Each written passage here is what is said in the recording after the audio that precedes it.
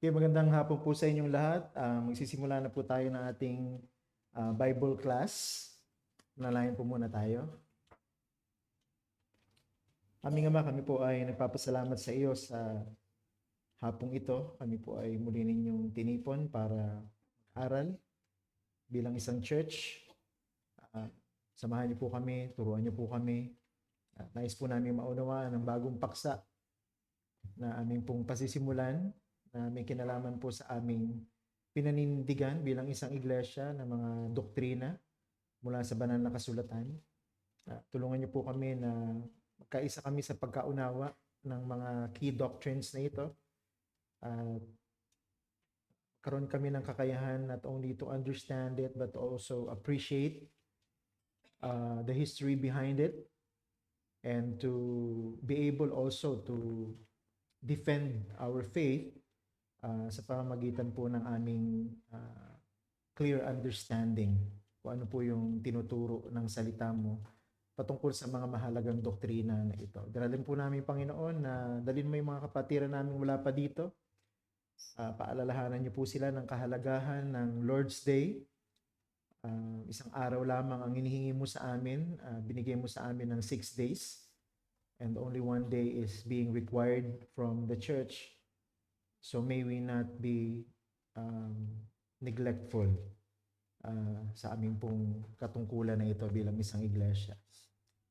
Dalayan po namin na banal na Espiritu ay maging malaya sa aming pong pag-aaral at patuloy po kayong maluwalhati. Ito po ang aming dalangin sa ngalan ni Jesus naming Panginoon. Amen. So before we proceed, let's all stand as we sing Christ, my wisdom. Our wisdom.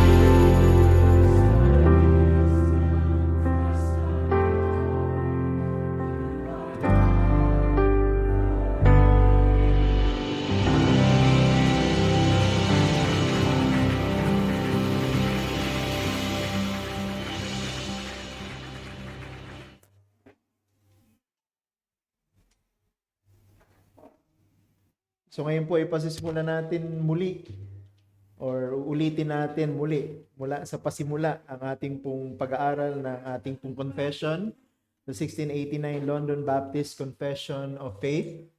Napag-aralan na natin ito when I last checked it, no? Sinimulan natin ito 2 years ago, ng June 2023.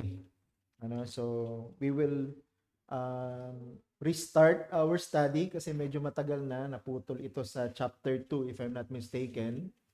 At nagsimula tayo ng isang mahabang serye sa ano nga ba ang ibig sabihin ng isang malusog na iglesia. At natapos natin yon sa tulong ng Panginoon. So, right now, we will be going back to the confession. So, ang 1689 London Baptist Confession of Faith is our summary, no? Buod ng kung ano yung ating pinaniniwalaan bilang isang church. Tayo po ay isang Reformed Baptist Church. Tayo po ay isang confessional church. Ang ibig po sabihin ng confessional church, tayo po ay naniniwala sa isang confession na nagpapaliwanag ng mga key doctrines ng Scripture. We, as a church, subscribe substantially sa 1689 London Baptist Confession of Faith. Now, what does that mean? Ang ibig sabihin nitong we subscribe to it substantially, hindi po lahat ng nakasulat sa confession ay pinaniniwalaan natin at itinuturo natin bilang isang church. May mga ilang mga provisions sa confession na ito na hindi natin sinasang-ayunan dahil hindi tayo naniniwala na ito ay accurate interpretation of current events at ilan sa mga doctrine. So madadaanan natin yan sa ating pag-aaral, but majority of what is inside the confession, we subscribe to. So, ibig sabihin ay pinaniniwalaan natin ang majority sa laman ng confession na ito. Kaya, pag may nagtanong sa inyo anong statement of faith ng inyong church, you can always refer to them, this document, the 1689 London Baptist Confession of Faith. So, pag-aaralan natin siya, each chapter. I don't think we can finish every chapter sa ating Bible class kasi medyo mahahaba ang chunks ng presentation ng mga framers ng 1689 confession sa mga topic na ito. So what we will try is we will divide each chapter kasi each chapter meron siya mga paragraphs.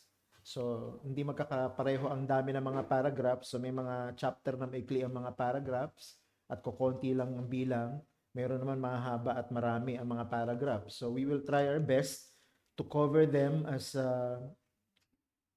detailed as we can, para mas maintindihan natin. Hindi tayo mag-aapura sa ating pag-aaral ng confession because we would like to understand clearly kung ano yung ating pinaniniwalaan bilang isang church.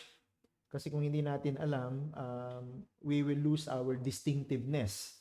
Hindi natin maipapakita yung ating pagiging iba sa maraming mga nagpapakilalang evangelicals dito po sa ating mundo, dito sa ating bansa in particular.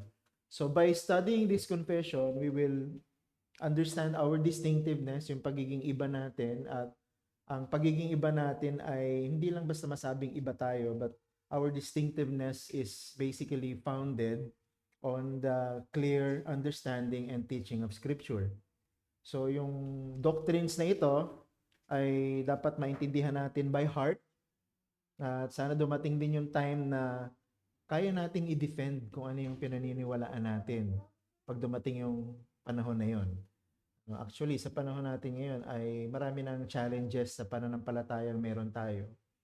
Sana sa pag-aaral natin ng ating confession ay maintindihan natin na kaya nating ipagtanggol ang pananampalataya natin even in this modern time. Kahit sa panahon na ito. Actually, habang nagiging mas moderno ang panahon, sabi ng marami ay nagiging mas masagana ang mundo. Pero ako'y naniniwala na habang nagiging mas moderno ang mundo, mas lalo itong sumasama.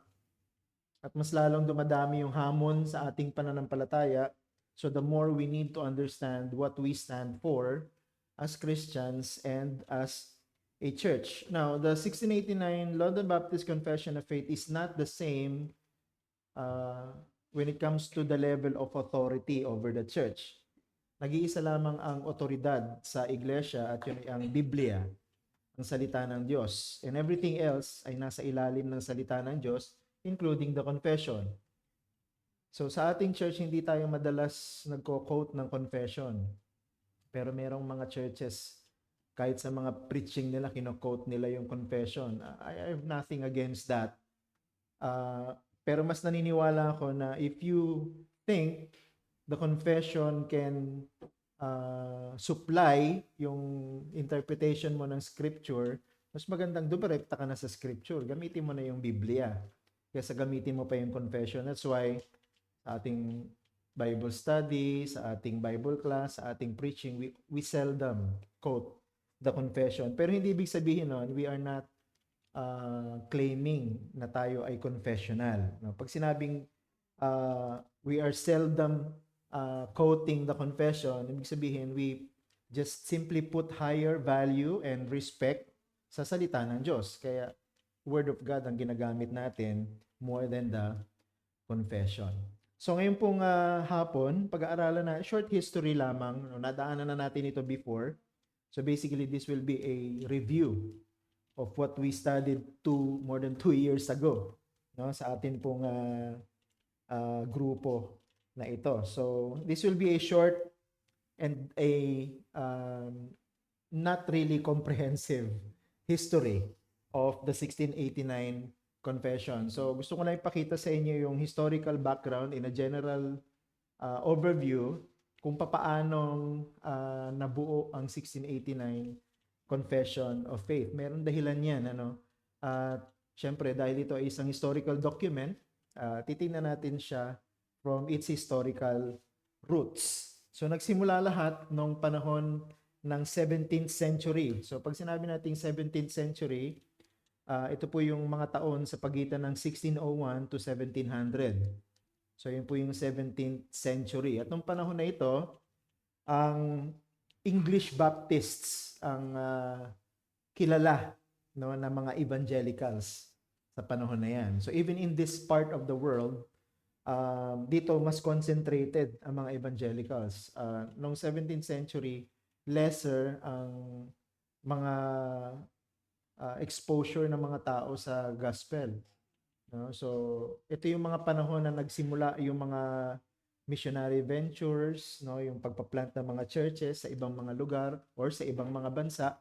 Kaya noong 17th century, nakakonsentrate halos ang karamihan sa mga evangelicals or even professing evangelicals dito po sa Europe. Ano, at sila po ay mas kilala noong time na yan na English Baptists.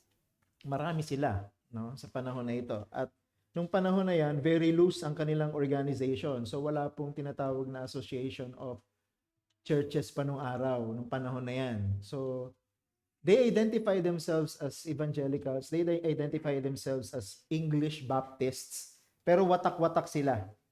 Ano, hindi sila isang denomination. There was a time in history na nabuo sila as one big denomination.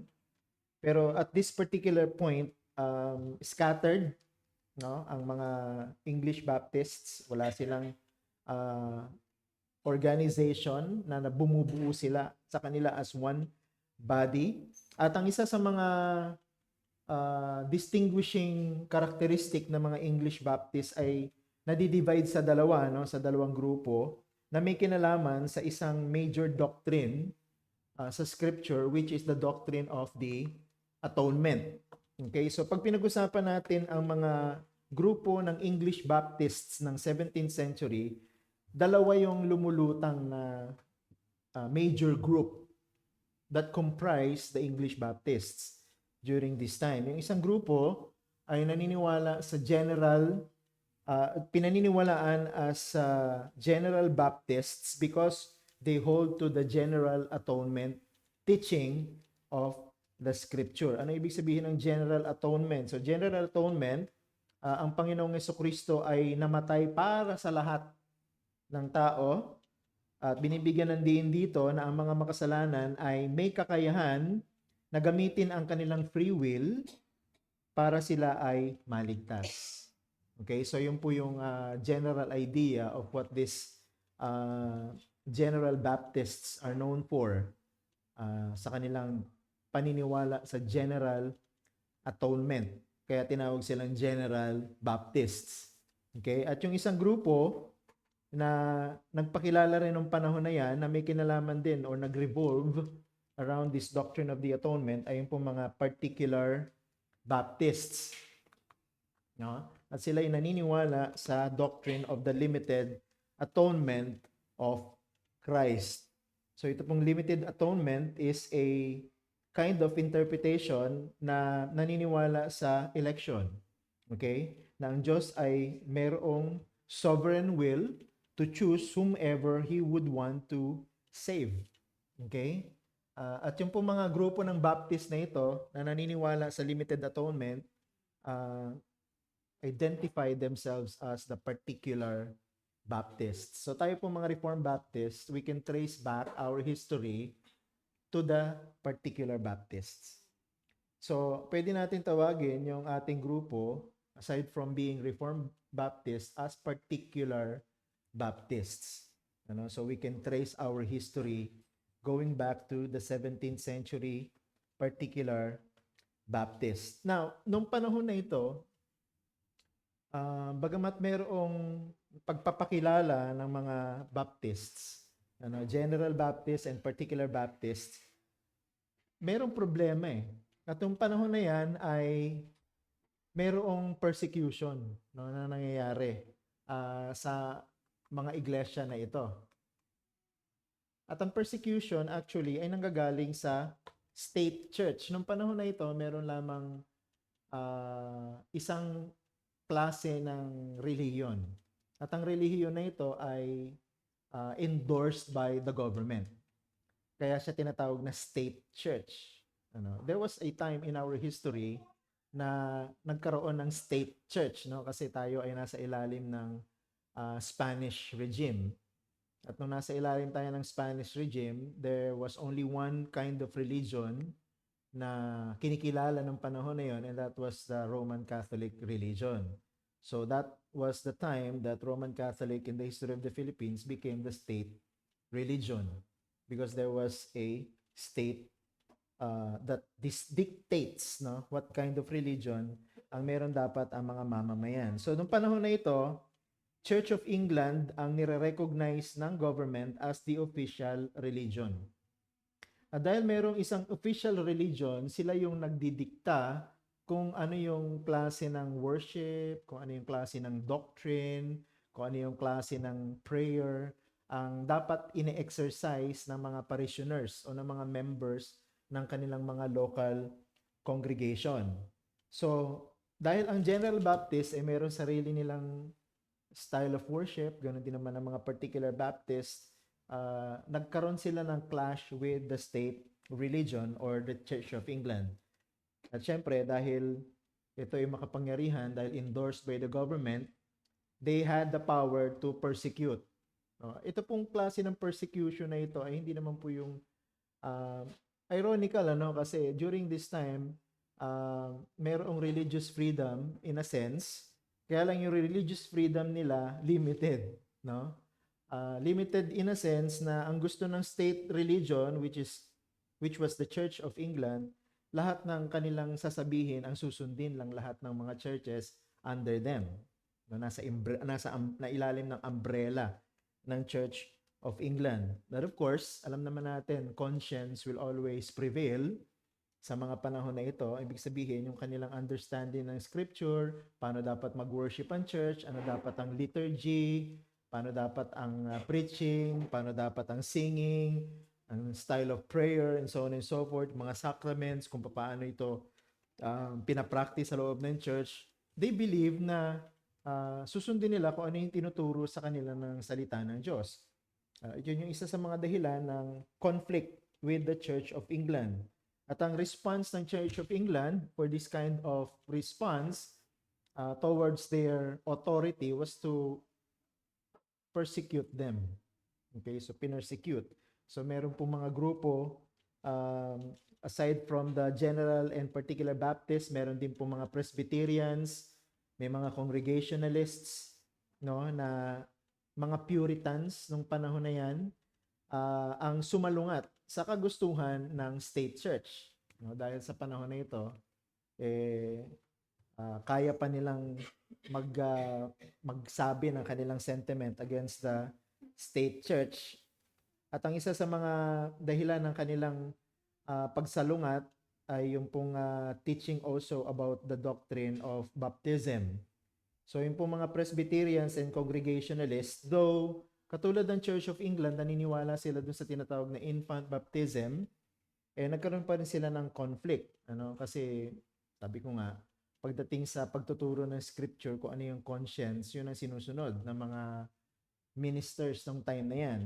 So hindi sila magpapasailalim sa dikta ng Church of England. So kahit na pareha sila ng paniniwala patungkol sa baptism ng Presbyterians and Congregationalists, even these Presbyterians and Congregationalists experienced persecution during this time. At itong persecution na ito manifested in a form of strictness. Nagiging stricto ang mga pinuno ng Church of England sa mga recognized local churches noong panahon na yan. At dito rin yung panahon na nakilala yung mga Puritans. At kasi marami po sa mga Puritans during this time ay, saan na natin PowerPoint? Okay?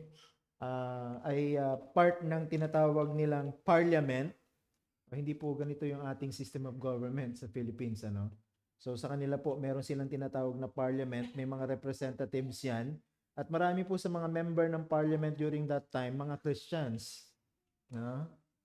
Kabaligtaran ng panahon natin ngayon kasi ang mga miyembro ng gobyerno natin halos walang Christian.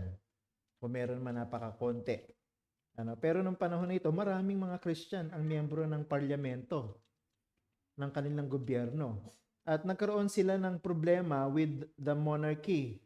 Kasi yung monarchy during this time ay, syempre, sila yung nasa gobyerno, sila yung state, at sila yung pumipili kung ano yung dapat magiging religion ng bansa, kung ano yung magiging king nila o queen nila at yung religion niya, yun yung magiging state religion. So kung yung king o yung queen ay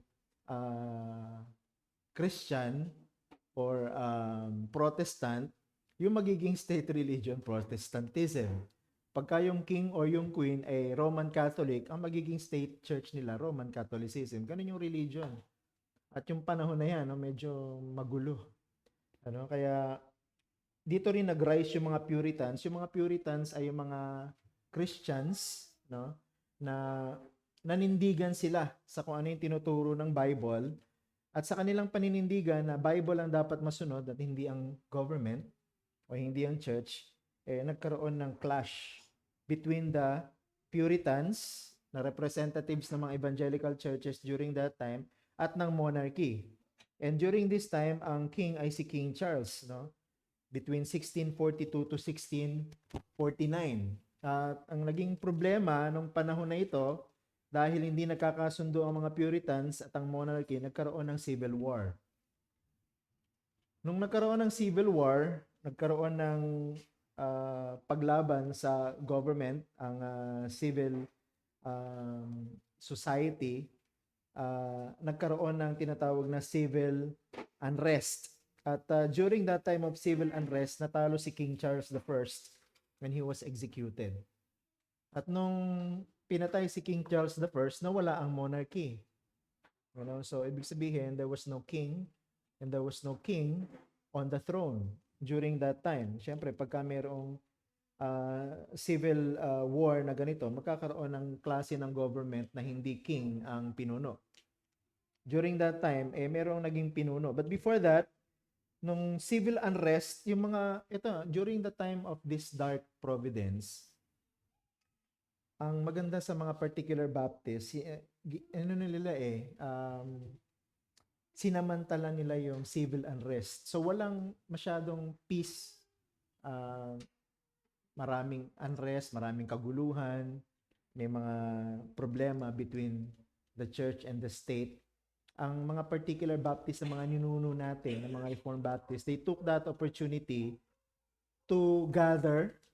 Ito yung maganda sa mga ninuno nating Reformed Baptist o mga particular Baptist. During the time of unrest, sa panahon ng kaguluhan, nagtipon sila at nagkaroon sila ng kasunduan na gumawa ng sarili nilang statement of faith. Merong 7 churches na kabilang sa mga particular Baptist ang nagpadala ng kanilang mga representative at sila ay nagkasundo na gumawa ng kanilang statement of faith. And the purpose of this document was to formally differentiate the beliefs of the particular Baptist from the general Baptist. Katulad ng sinabi ko kanina, ang problema at ang distinction nila ay yung pong doctrine of redemption or atonement. So nung gumawa po sila ng kanilang sariling statement of faith na bilang particular Baptist, sinabi nila na sila ay iba sa mga general Baptist in this key doctrine. At nung time na yan, nabuo yung tinatawag na First Baptist Confession noong 1644. Okay, so ito po yung kauna-unahang document na nagpapakilala ng mga key doctrines na pinaniniwalaan ng mga particular Baptist. At pag pinag-aralan mo itong document na ito, nung nirelease nila ito, very Calvinistic ang tone nito. Yung First Baptist Confession. Yan yung parang seminal document ng ating 1689 London Baptist Confession of Faith. Hindi pa siya masyadong detalyado. I think ang isa sa mga distinction talaga ng document na ito, pinapakilala na ito mga particular Baptist ay naniniwala na ang Diyos ay may kakayahan at karapatan at kalayaan na pumili ng kung sino ang gusto niyang iligtas. At ito ay sa pamamagitan ng pananampalataya sa ginawa ng Panginoong Hesukristo sa krus, na hindi tinuturo ng mga General Baptist. Kasi noong time na yan, yung mga General Baptist basically parang mga ninuno ng mga Armenians yan sa panahon natin ngayon, na naniniwala sila na may free will ang tao at kaya ng taong piliin kung gusto niyang maligtas o hindi. So yung free will na yan ay binigay sa kanila ng Diyos, inaalok ng Diyos ang kaligtasan. Kung gusto nilang maligtas, pipiliin nilang maligtas. Kung ayaw nilang maligtas, hindi sila maliligtas. So ang sentro ng particular ng General Baptist pagdating sa atonement yung free will ng tao. Pero pagdating sa grupo ng mga particular Baptists, yung ating mga ninuno, tayo ay very Calvinistic, tayo ay kumbaga sa teaching monergistic, yung ating teaching about salvation of sinners. Ibig sabihin ng monergistic, lahat ay galing sa Diyos. The center is God and the main actor is God. So the one who initiates the salvation of sinner is none other than God. Hindi ang tao ang may kakayahan to decide for himself.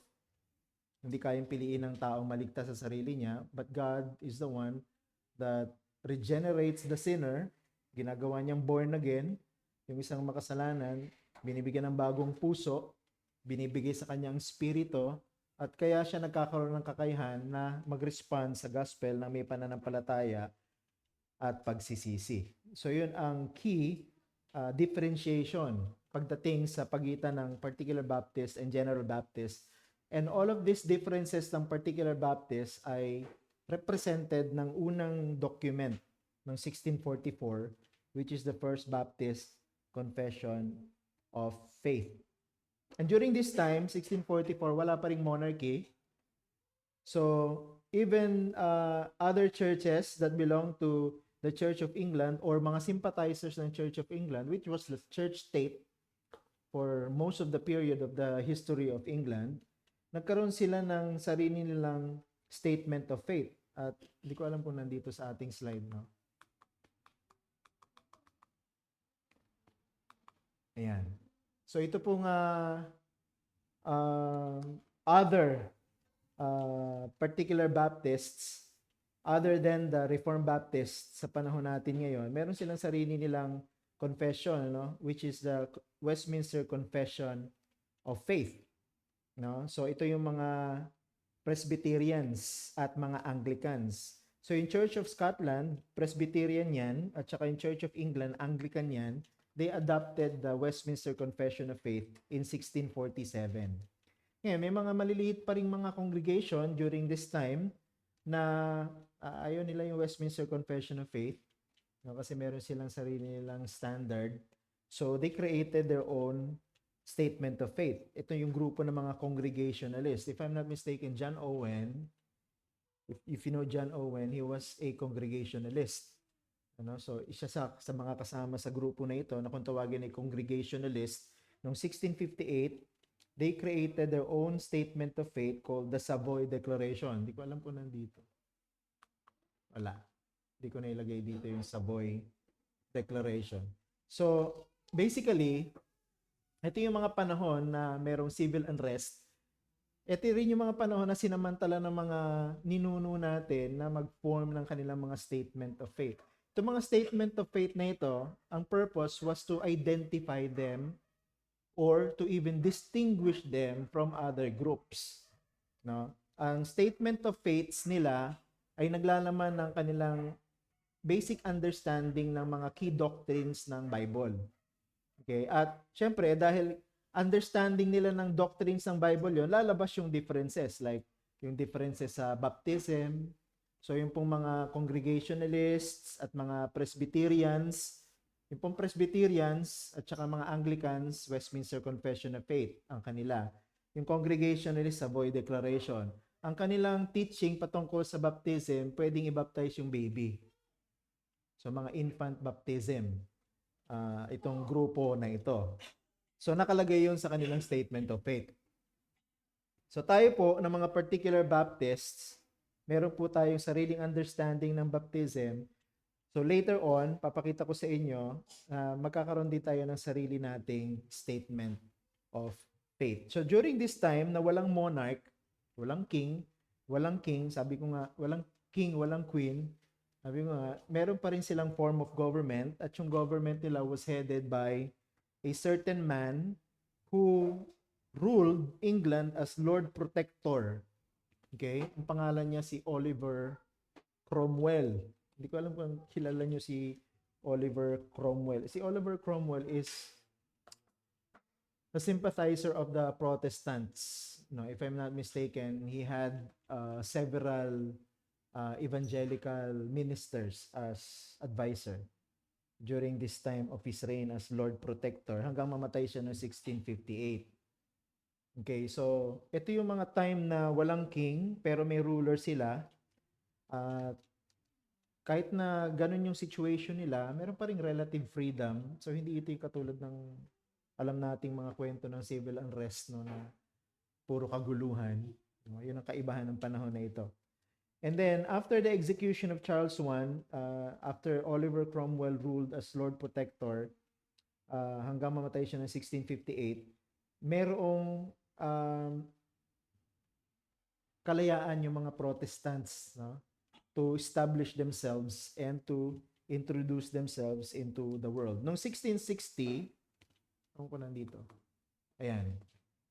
So 2 years after mamatay si Oliver Cromwell, bumalik ulit yung monarchy at ang inilagay na king ay si Charles II.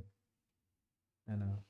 And relations between Scotland and England as well as their respective Puritans continued to be abrasive. Ibig sabihin, nung panahon na ito, sa pamumuno ni Charles II, wala na si Oliver Cromwell, nung panahon ni Oliver Cromwell, medyo malaya ang mga Protestants kasi sympathizer siya ng mga Protestants at marami siyang Protestant na advisor. Okay, di ba? Walang problema. Pero nung bumalik yung king, binalik nila yung monarchy noong 1660, nagkaroon na naman ulit ng problema. Kasi itong si Charles II, Roman Catholic to, hindi siya sympathizer ng mga Protestants. No? Sabi ko nga sa inyo, kung sino yung king at kung ano yung religion niya, yun ang religion ng gobyerno o ng bansa. At kung yun yung religion ng bansa, they will persecute the opposite kind of religion. So kung Roman Catholic yung religion ng state, ayaw nila sa mga Protestants. So nung nangyari yan, nagkaroon ulit ng abrasiveness kasi nagkaroon ng mga batas na nagre-regulate ng worship noong 1660. Ibig sabihin, ang government na at ang religion nito ang nagdidikta kung ano yung dapat at hindi dapat gawin sa loob ng mga churches. Marami kasing mga churches. Noong panahon na yan, ang mga churches ay registered and recognized by the government. Sa panahon natin, hindi naman masyadong mahigpit pagdating sa ganyan. So, pwedeng mag-establish ng local church even without being recognized by the government. So, yung form ng recognition natin ngayon, parang sa pamamagitan ng SEC registration. Pero nung panahon na ito, mayroong form of recognition and licensure ang mga churches. So, kung hindi ka magpapasakop sa kung ano yung sinasabi ng government, you will be persecuted. Ibig sabihin, liliit ang mundo ng mga ayaw magpasakop sa government at sa state church. Lalo pa itong nag-aggravate yung problema ng mga Protestants sa kanilang kalayaan to choose whatever kind of style in worship and how to regulate their congregations. Noong 1662, nagkaroon ng isang batas na ipinasa sa gobyerno na tinatawag na Act of Uniformity. Act of Uniformity. Ito pong Act of Uniformity made it illegal to use anything but the New Anglican Prayer Book in all Anglican, Presbyterian, Congregationalist, and Baptist churches in England. So ito po ay government issuing a law, the Act of Uniformity, dictating kung ano ang dapat na maganap at paano magre-regulate at kung ano yung klase ng prayer, ano yung klase ng preaching, ano yung klase ng style ng worship sa loob ng mga congregations. So, pinanghimasukan na ng government ang mga churches. So, inano na yung kanilang kalayaan, pinanghimasukan na. So, kailangan kung ano, yung Anglican Prayer Book is a kind of a document na hindi lang po ito prayer, kundi nakalagay din dito yung mga i-regulate yung mga worship, sacraments, gathering, and so on and so forth. Basta kung ano lang yung nakalagay sa Anglican Prayer Book, yun lang na dapat na gagawin sa loob ng isang recognized na church. At dito rin yung panahon na nagkaroon ng mass resignation yung mga pastor. At yung mga pastor na ito na ayaw magpasakop sa government at ayaw sumunod dito sa Act of Uniformity, mas kilala sa tawag na Puritans. At marami po dun sa mga Puritans na ito na tawag dito, parang nag-rebel sa government in a sense kasi ayaw nila magpasakop sa Act of Uniformity, umalis sa England. At sila'y pumunta, bumiyahe, sakay ng Mayflower at umabot sila sa isang lugar na kung tinawag nila ng New England. So, yun po yung mga particular Baptists and Puritans na bumiyahe at pumunta sa Amerika. At sila yung mga nagpasimula ng Puritanism sa Amerika. So, nanggaling din po sila sa England. Ito po mga Puritans na ito. And kung di ako nagkakamali, Jonathan Edwards can still be considered as one of those Puritans na galing dito po sa grupo na ito na pumunta sa New America simula noong 1662. Pero marami pa rin pong mga Christians ang nanatili. Si John Bunyan ay isa. Kilala si John Bunyan. Siya yung sumulat ng Pilgrim's Progress. So, isa sa mga Puritans na ayaw magpasakop dito sa government, lalo na dun sa Act of Uniformity, kasi dinidiktahan pati yung laman ng preaching nila, ano yung pwede nilang i-preach and so on and so forth. So, ayaw niya, pero nagpatuloy siya sa kanyang pangangaral, kaya hinuli siya at kinulong siya. At doon sa kulungan, doon niya sinulat yung Pilgrim's Progress. It was during this time of dark providence, nangyari din yon. Yung panahon na yon ni John Bunyan. He was one of those Puritans na nag-disagree sa Act of Uniformity. It took many years bago nawala yung problema na ito. Actually, it took several years. In 1677, so around 15 years, if I'm not mistaken, a larger group of particular Baptists met together for the purpose of creating a detailed confession of faith. Hindi pa rin po masyadong malaya nito.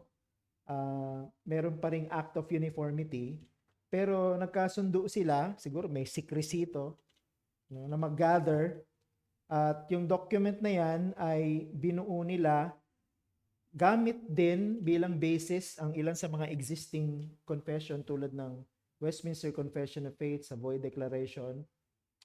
Pero nagkaroon sila ng mga differences in key elements regarding baptism. So isa sa mga major baptism. So instead of infant baptism, ang mga particular Baptist na ito na nagrupo noong 1677, they made clear that their belief is believer's baptism. So yung mga mananampalatayang totoo lang ang binabaptize. Ito yung mga ninuno natin, mga Reformed Baptist. Sila yung mga naglakas ng loob kahit na mahigpit ang gobyerno. Nagrupo sila noong 1677. Hindi ko alam kung meron ako nilagay. Ayan, 1677, nagrupo sila at bumuo sila ng document. At itong document na ito ang naglalaman ng karamihan sa mga pinaniniwalaan natin from the London Baptist Confession of Faith of 1689. Noong 1689, so several years after, so around 12 years, so pinag-uusapan natin dito, hindi lang months ang pagitan. Years. More than a decade. Nakikita mo dito yung providence ng Panginoon, no, na hindi niya hinayaan na malason ng gobyerno at ng state government yung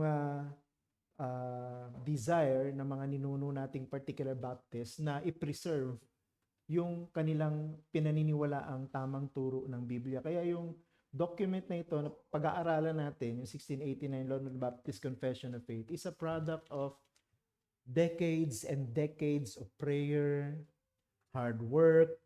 Siguro yung iba ay namatay para mabuo itong document na ito. At yung iba ay talagang dumanas ng matinding klase ng mga persecution para lamang mabuo yung document na ito. Persecution and secrecy kept the 1677 document from being officially endorsed by the particular Baptist. Of course, dahil meron pang tinatawag na act of uniformity, hindi sila pwedeng magpakilala na kami particular Baptist and we have this statement of faith kasi kontra dun sa gusto na ipairal ng government.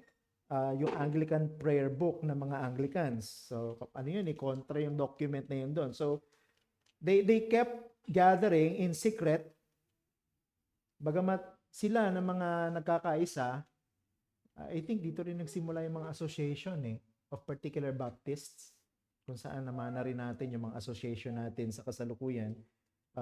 In secrecy, nagmi-meeting sila and they hold to a similar kind of teaching from Scripture as represented by this document. At yung mga content na ito, ay tinuturo nila sa mga churches nila. So, nung panahon na ito, ng 1677, meron ng document, seminal document. Ibig sabihin ng seminal document, parang dito hinugot yung mga pinagkunan ng 1689 London Baptist Confession of Faith. Tinuturo na ito as catechism sa mga churches nila. So, dito mo makikita yung dedication, faithfulness, sincerity ng mga ninuno nating particular Baptist sa paniniwala nila na ang Biblia lamang ang pwedeng magdikta kung ano ang dapat paniwalaan ng mga miyembro ng churches nila. Hindi ang gobyerno, at hindi ang state church, kundi ang Biblia lamang. Kaya dito makikita natin na hindi po talaga yung confession ang tinitingnan nila na authority. Ang Biblia pa rin ang authority. At yung confession lamang po ang ginamit nilang paraan para mas madaling maituro yung mga doktrina na ito at yung mga distinctiveness nila compared to other groups of believers nung time na yan. Then, come 1689, so around 12 years after nung mabuo yung unang confession of faith ng mga particular Baptist, nagkaroon ulit ng pagbabago sa gobyerno. So nagkaroon ng tinatawag o naipasa yung tinatawag na the Toleration Act, no? The Toleration Act of 1689. The Toleration Act enabled religious freedom and plurality to coexist alongside the established churches in England and Scotland. So, ibig sabihin, nagkaroon ng pagbabago sa pinuno ng gobyerno, nagkaroon ng pagbabago sa monarchy, at nagkaroon na naman ng simpati, no, sa mga grupo na iba ang pananampalataya kumpara sa Church of England, yung state church yung panahon na yan. So, nagkaroon ng batas.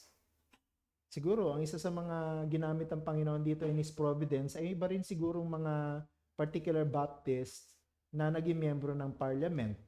No? Kasi sa kanila, sana nga dumating yung time na yun, ano, nasa gobyerno natin magkaroon ng mga born again na congressman, magkaroon ng congress na mga senador na Christian, magkaroon ng pinuno na born again, na Reformed Baptist. Sana dumating yung time na yon. But who knows? Only God knows. Yung time na to, ganun yung mga nagiging miyembro ng gobyerno o ng parliament, mga Christian. At syempre, dahil miyembro sila ng parliament, sila yung bumubuo ng mga batas. At dahil mga Christian ito, influenced by the scripture, syempre gumagawa sila ng mga batas para sa benefit ng mga Christian. At ang isa sa mga naipasa nga ay yung tinatawag na the Toleration Act. Kumbaga, nagkaroon ng kalayaan yan, religious freedom, ang lahat ng mga grupo ng religion maliban sa Church of England. So, hindi na lang Church of England yung may freedom to choose whatever form of worship, or type of preaching, or kind of prayer ang meron sila, or paraan ng paggawa ng mga sacraments and so on and so forth, kundi ibang religion na rin. So, yung mga Puritans na umalis, pumunta sa Amerika, doon na sila nagpatuloy, pero yung mga nagstay dito, sila yung mga nakinabang noong 1689 doon sa tinatawag na Toleration Act. At also, during this time, 1689, kung saan meron ng Toleration Act, maraming mga miyembro ng particular Baptist churches ang nagpadala ng kanilang mga representative noong July 3 to 11 ng 1689 para discuss at i-endorse yung 1677 document, no? So, ala na. Ano yung huling slide natin? Yung Toleration Act. So, after the Toleration Act, actually 1699 rin yan, July 3 to July 11. So, yung mga particular Baptist na grupo sila para i-revise and even to endorse the 1677 document, and publicly, pinakilala nila ito bilang official statement of faith as 1689 Baptist Confession of Faith. So, kung ano yung document na meron tayo ngayon, na pinag-aaralan natin, yan ay nabuo sa tulong at paghihirap ng 100 particular Baptist representatives nung time na ito. Nag-meet sila sa London. Okay, kinuha nila yung 1677 na Baptist Confession, ni-revise nila, inayos nila, siguro dinagdagan nila, nagkasundo sila, at pinablish nila. At pinakilala nila sa time na ito, dahil malaya na, wala nang restriction ang government, nagpakilala na sila, kami bilang mga particular Baptists, we will be known by our own confession of faith. At tatawagin namin yung aming confession of faith na 1689 London Baptist Confession of Faith. Kasi sa London ginanap, no? July 3 to 11, 1689. At yung nagpakilala sila, ginawa nilang 1689 London Baptist Confession of Faith. At ito yung confession of faith natin ngayon. Okay, imagine how long the history was. Ano? Bago umabot sa atin itong document na ito. Pero ang gusto ko lang i-highlight dito sa short history na ito, it's still God, no? In His providence ang gumawa so that we can benefit from this very good document. Napakaganda nitong document na ito. And actually, ibang mga Reformed Baptist churches, they are teaching this 1689 confession kahit sa mga bata by way of catechism. Yung catechism, yung mga may question Tapos may answer, question, answer, question, answer. Ganun yung catechism. At ang content ng catechism nila, yung 1689 London Baptist Confession of Faith. I think who was this pastor? He used also the 1689 Baptist Confession of Faith para maging catechism ng kanilang church. Pwede rin naman natin sigurong gawin yun. But for now, siguro, ang gagawin natin is we will study it as a church. Okay? Ito yung minana nating dokumento mula sa mga ninuno nating particular Baptist. Kaya nung palang simula, yung mga ninuno natin ay naniniwala na sa doctrine of election, naniniwala na sa believer's baptism, at nilagay nila yun sa kanilang document. At hanggang ngayon, tayo mga nagpapakilalang particular Baptist o later on nakilalang Reformed Baptist, ganun pa rin yung ating pinaniniwalaan pagdating sa doktrina ng baptism at pagdating sa doktrina ng iglesia. Okay, so yan lang po yung ating pag-aaralan ngayon. So basically, tayo mga Reformed Baptist, particular Baptist tayo. Hindi tayo kabilang sa General Baptist. Particular Baptist ang ninuno natin. And then, nagkaroon tayo ng sarili nating document, 1689 London Baptist Confession of Faith. At yan ang pag-aaralan natin starting ito po mga susunod nating Bible class sessions. Meron po ba kayong question sa history? Some of you might not really appreciate it, pero gusto ko lang ipakita sa inyo na itong document na ito is not something na parang inimbento lang natin para ipakilala yung sarili natin. Hindi, malayo at malalim ang ugat ng document na ito. At bago sa napasakamay natin ang document na yan, napakaraming mga pastor ang naghirap, nagdusa, nagbanat ng katawan, nagsunog ng kilay, para lamang mai-provide sa atin ang document na ito. So we will treat this document with respect. And syempre, yung respect na ito ay hindi lagpas sa respect na dapat binibigay natin sa scripture. But nonetheless, we will treat it with respect and we will study it thoroughly. Medyo malalim yung mga English na gamit. At ang gagamitin nating language for our presentation will be English kasi yung Tagalog mas mahirap intindihin eh. Ang 1689 London Baptist Confession of Faith, the entire confession was translated into Tagalog by Pastor Romy and Daya, yung mga nagtatranslate din ng hymns natin. Kaya lang, honestly, minsan pag binabasa ko, mas nahihirapan ako intindihin, bumabalik din ako sa English. So gagawin natin, I will use the English translation, pero I will teach it in Tagalog. Magpapaliwanag natin sa Tagalog, pero ang gagamitin nating text ay English. Para hindi na tayo ma-confuse, mahirapan. I don't know. Baka sanay lang din talaga ako sa English kaysa Tagalog, or malalim lang talaga ang Tagalog na translation kaysa sa mas alam kong Tagalog.